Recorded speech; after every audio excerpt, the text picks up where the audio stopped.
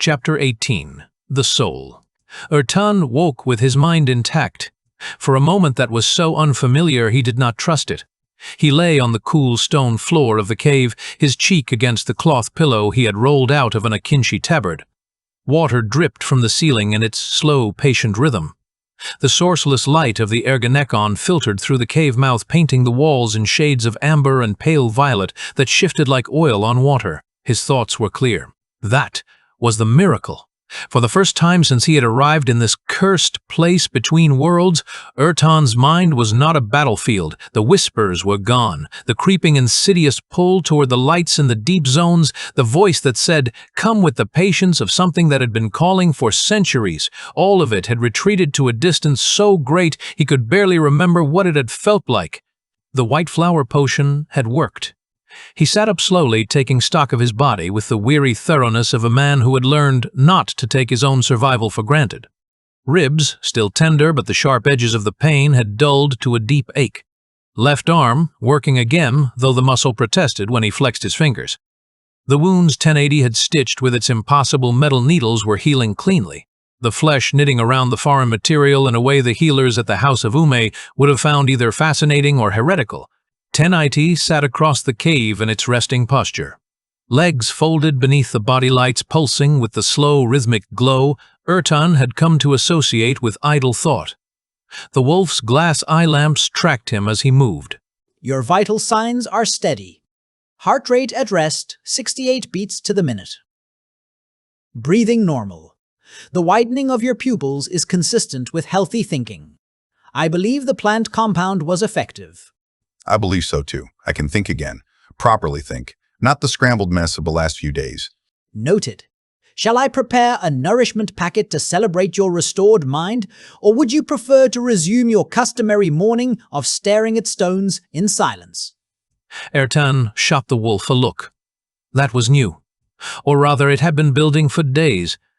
This edge in 1080's speech, this dry undercurrent that sounded suspiciously like wit. The walking aid was growing a character, and the character appeared to be sarcastic. I was not staring in silence. I was thinking. There is a difference. The distinction is lost on my eyes. In both cases, you sit motionless and produce no measurable result. Ertan smiled despite himself. He went to the bags of sealed mine stones and began opening them and laying out their contents. None of the foreign food stores carried a trace of rot or mold. He found that strange. The last two stones were the seed stones he had buried in the Akinsilaran chests, those he had been about to dig up that morning. He did not relish the idea.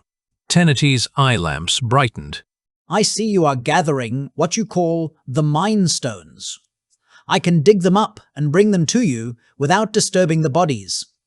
Ertan looked up. He had not, since the day he had cut the slit in the dead Akinshi's chest, allowed himself to think too long about the bodies. The wolf somehow had been thinking about them on his behalf. Please do that. Thank you, 1080. The wolf rose. On its way out, it paused. Huayo. Ergenekon. It went out. It came back a few minutes later with two small amber stones balanced on the open palm of one slim metal arm. The chips were exactly as Ertan had left them. He took them. He laid them in the row with the others. The wolf folded itself back down at its station and waited. 8 stones in a row. 8 stones that should, after several days of soaking in residual essence, have begun to charge. Even his clumsiest early experiments still held a good charge after this long. Ertan leaned forward and brought his face close to the nearest stone, squinting. He flicked it with his fingernail. He breathed on it.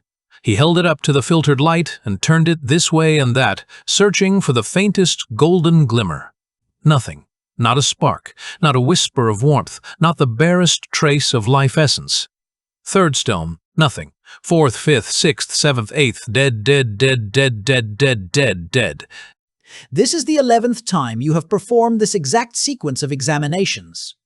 The result has been the same across all 11. I calculate the probability of a different outcome on the 12th attempt at roughly 3 parts in 10,000. Roughly? I was being generous. Ertan sat cross-legged on the cave floor. The 8 useless stones arranged before him like a fortune-teller's failed prophecy, and pressed his thumbs into his temples. He had been so certain. The theory was sound. His experiments back home had worked. A sufficiently intricate system, threaded with the right patterns running the right essences through the right junctions, would generate life essence as a natural byproduct. He had proved it with Chanavar. He had gathered the essence in his polyhedron. He had used that essence to power his crossing.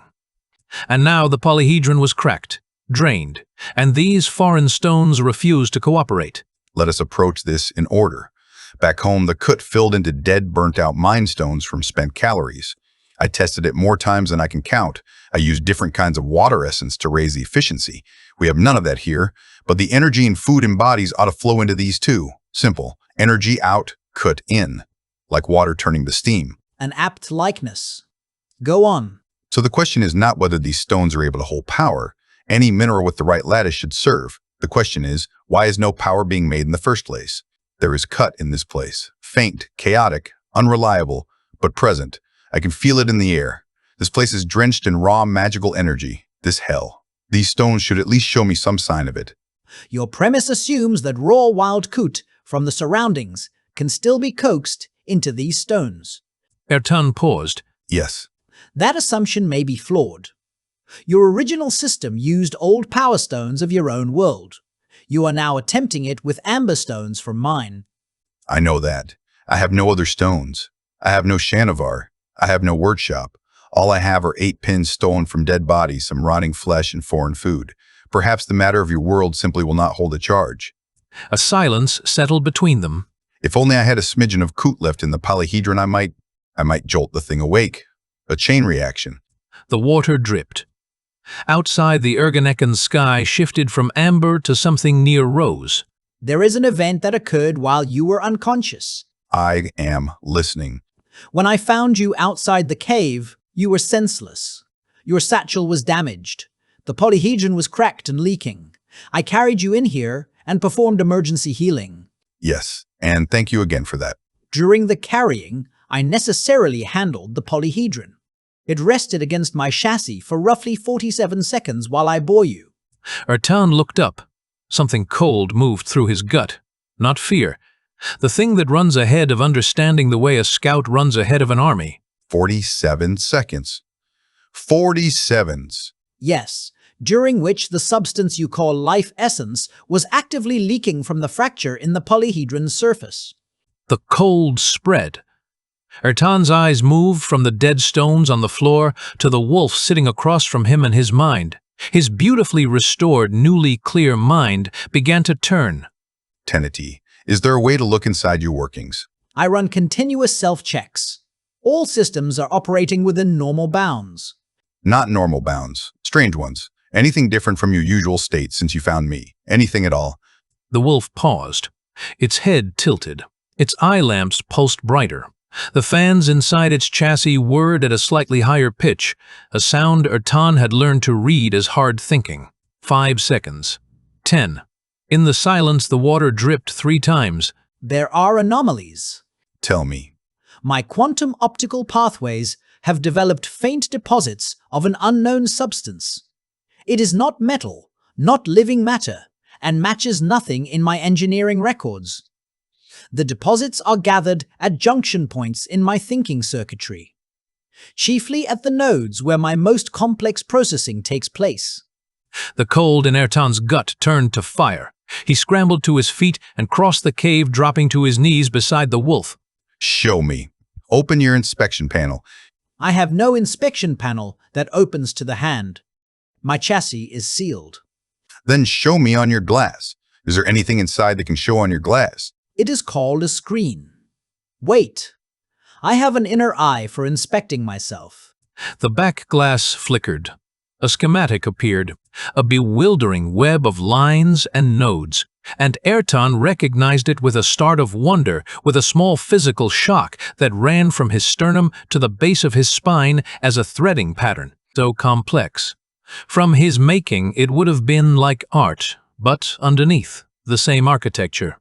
Pathways carrying energy through junctions of varying complexity, branching and converging in patterns that directed the flow and refined it. And there, at the densest junctions, faint golden traces. Ertan's hand moved before his mind told it to. He pressed his palm flat against the wolf's flank.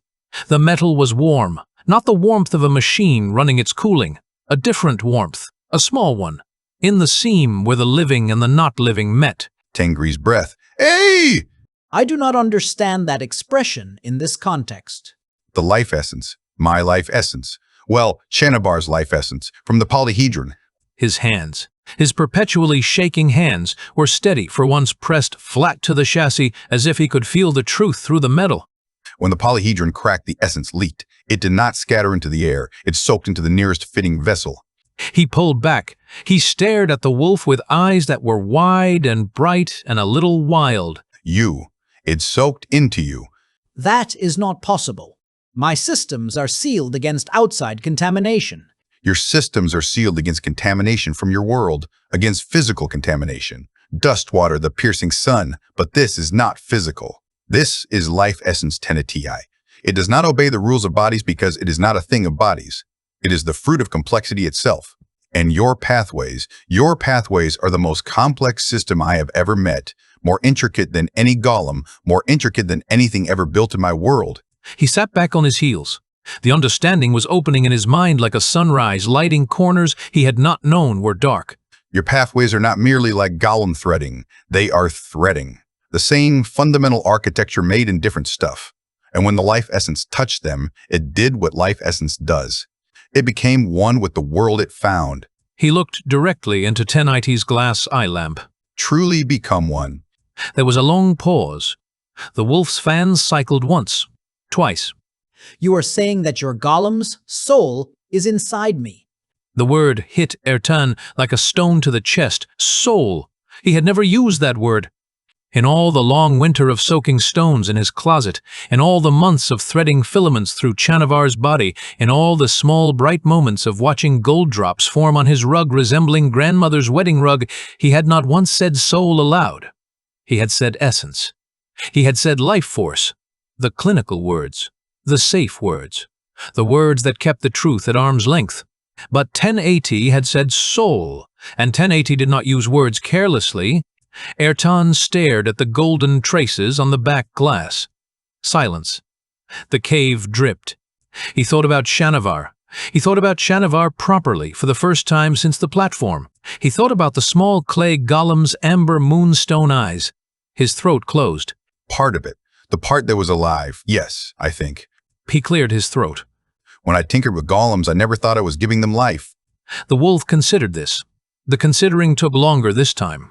Its eye pulsed in a rhythm Ertan had not seen before. Slower. Deeper. The wolf was weighing something. Its making had given it no frame for. That would explain the changes in my behavior. What changes? I have been drifting from my programmed baseline. Small departures I had blamed on the Ergenekon's reality. Bending. I tilt my head more often than my settings allow. I produce a low hum in my chassis when I am near you, which serves no purpose. My way of speaking has drifted toward what my language model marks as humor. You have been making jokes. You have been making jokes. I have been making jokes. This was not a feature Dr. Vasquez chose. Ertan almost laughed. Almost. The sound caught halfway up his throat and turned into something else. Something that was neither laughter nor grief but shared in both. That is, Chanavar, the chirping, the head tilt, the way you nudge me when I am low. Chanavar is in there tenacity, growing. I find this information difficult to classify. A pause. My records hold no precedent for taking on the animating essence of a magical construct from a parallel world. I am uncertain whether to call it contamination joining or something else entirely. I would call it a gift. Unwanted, unplanned, and impossible, but a gift. He stood. His knees ached from kneeling on the stone. He looked at the 8 mind stones lying cold and useless in their chalk circle, and he understood now why they would never charge. The essence he had been hunting was not out there. It was here, in this cave, pulsing through the quantum optical pathways of a walking aid from a world without magic. The problem was, Ertan rubbed his face with both hands. The problem was that he could not simply draw it out, not without harming Teniti. not without destroying the very complexity that had given the essence a home. The life essence he needed to carry back was growing inside his only companion like a seed inside a furnace, and pulling it free would be like uprooting a tree to pluck its fruit. We have a problem. Yes. Though I suspect your definition of the problem and mine differ a good deal. Ertan gathered the useless stones and tucked them back into his pouch. A waste of hope, a waste of days, but not a waste of knowledge. And knowledge his father had told him once on a cold evening by a fire that seemed 1,000 years gone was the only treasure that multiplied when it was spent. My definition is that the one thing I need to get home is inside the one friend I have in this world, and I cannot take it without hurting you. My definition is that I appear to be haunted. This time Ertan did laugh. It was not a large laugh, it hurt his ribs. It echoed off the cave walls in a way that made it sound lonelier than it was. But it was real. Welcome to the world of magic Tenati. It only grows stranger from here. A long quiet. Then Tenati, with a tilt of its head that Ertan no longer pretended not to recognize, said something it had not said before. Ertan. Yes, Tenati. The wolf hesitated. The hesitation in itself was strange. The wolf did not hesitate normally. The eye lamps brightened a fraction, then dimmed. The hum in my chassis. The one with no purpose. The one that comes when you are near. Is this what it is to have a friend? Ertan, on his knees in the cave between two worlds, with a wolf of seamless metal and a small clay golem's chirp inside it, held very still. He did not for a long moment trust his throat to make a word. Then he reached out. He laid his palm very gently on the warm metal flank. He did not speak straight away. He let the warmth answer first. Yes, Tenati. That is what it is. The wolf's eye lamps brightened. They held the brightness for a long count of breaths. They dimmed. They brightened. They dimmed. The pattern was new. It was not a diagnostic pulse. It was the slow, careful pulse of a small clay creature on a cushion at midnight, watching its master lift a polyhedron toward the candlelight, settling into a quiet shared, "I am here too."